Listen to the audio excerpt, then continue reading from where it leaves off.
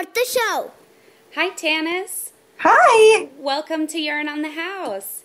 Thank you for having me. Thank you for being here. I'm excited. Why don't you start out by telling the followers what you do and what you're all about?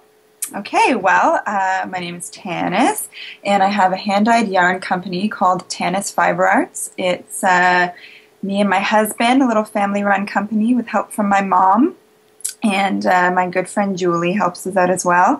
And yeah, we make hand-dyed yarns. We dye 6 different yarn bases and 30-something different colors, and we just love it. Yeah, that's really exciting. I just want to say that I really like the way that your website is laid out. Oh, thank you. The colors can really easily be viewed all at the same time, which I love.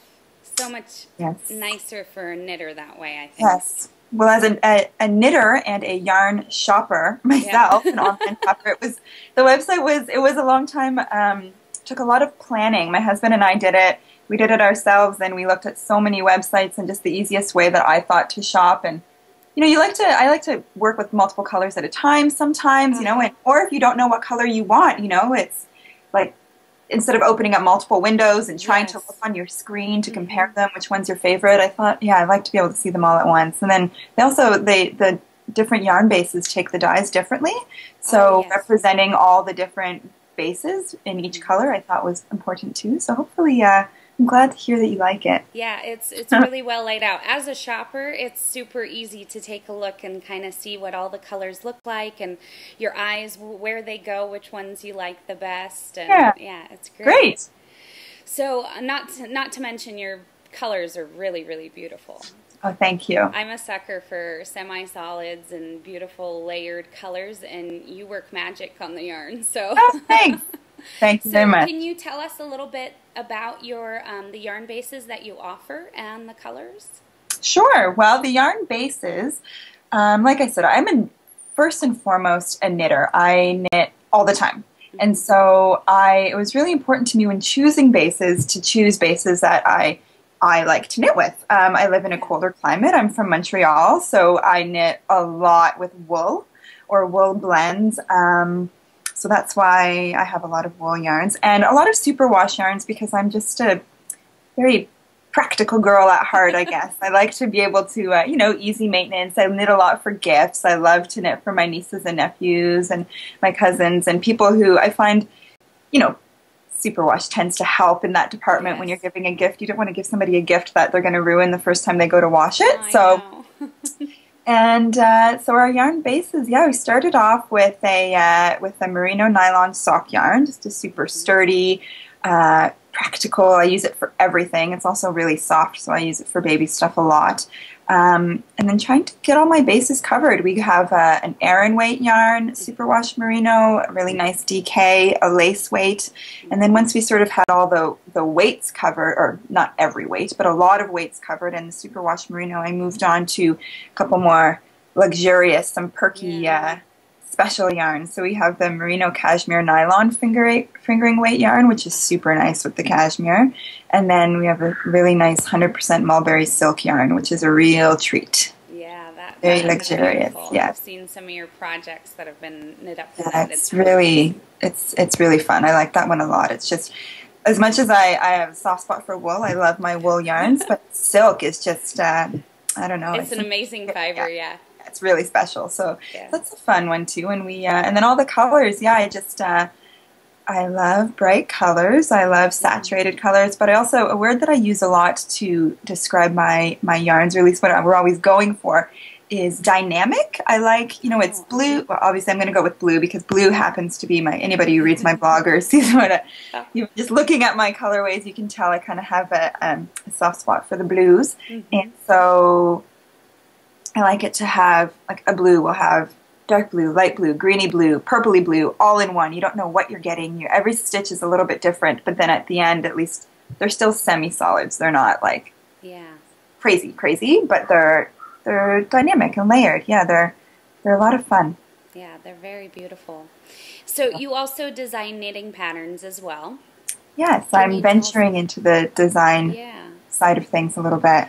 The designs are great. I love it. That little baby sweater that you just came out with too. Yeah. That's so cute. Oh, thank you. And so why don't you tell us a little bit about your designs and maybe your design process and how you got into that side of things as well? Sure. Well, the designs, for a long time I knit other people's designs, and I still do. I love, every time so there's so many great patterns out there that and since I knit so much, I don't only knit my own stuff. But if I have an idea, started kind of simply. I think my first design was a little baby blanket, which is a square. It's hard to go wrong. And then I moved on to socks, and then sort of as if ideas come to me, or if there's something that I really want to knit that I can't find a pattern that quite fits it. And now the more that I knit and the more that I work with my own yarns, I know what I like and what I think is going to suit my yarns best. Mm-hmm. So especially with the tonals, the semi-solids, sometimes I feel that certain patterns or certain stitch motifs really show off the variation in the colorways better. So so now when I have something that I'm looking for, I've got the design bug. I always want to.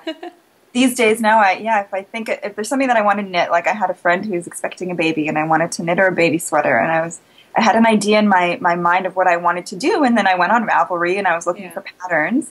Mm-hmm. And, there was a lot of great patterns, but none that fit exactly. I had such a specific idea. I wanted a little lace on all the raglan increases, and I wanted it to be top down because it's super easy. And I wasn't sure, if you run out of yarn, then just make it shorter. It's for a baby who really doesn't really have to fit perfectly. So then I thought, hey, well, I have such a clear idea of what I want, a clear vision. I'll just do it. Yeah, you're very good at it. Your designs are really pretty, and they're practical too. They look like something that a knitter would want to knit. They're not, Thank you. So what's next for you? Do you have some new designs or colorways that you can tell us about? Well, I'm definitely working on designs for, in theory, I'm working on designs for fall, but summer goes by so fast that But hopefully I'll have some stuff ready. I've got some ideas. Nothing, to tell you the truth, that I have a lot of sketches, a lot of notes and books, but nothing that's come.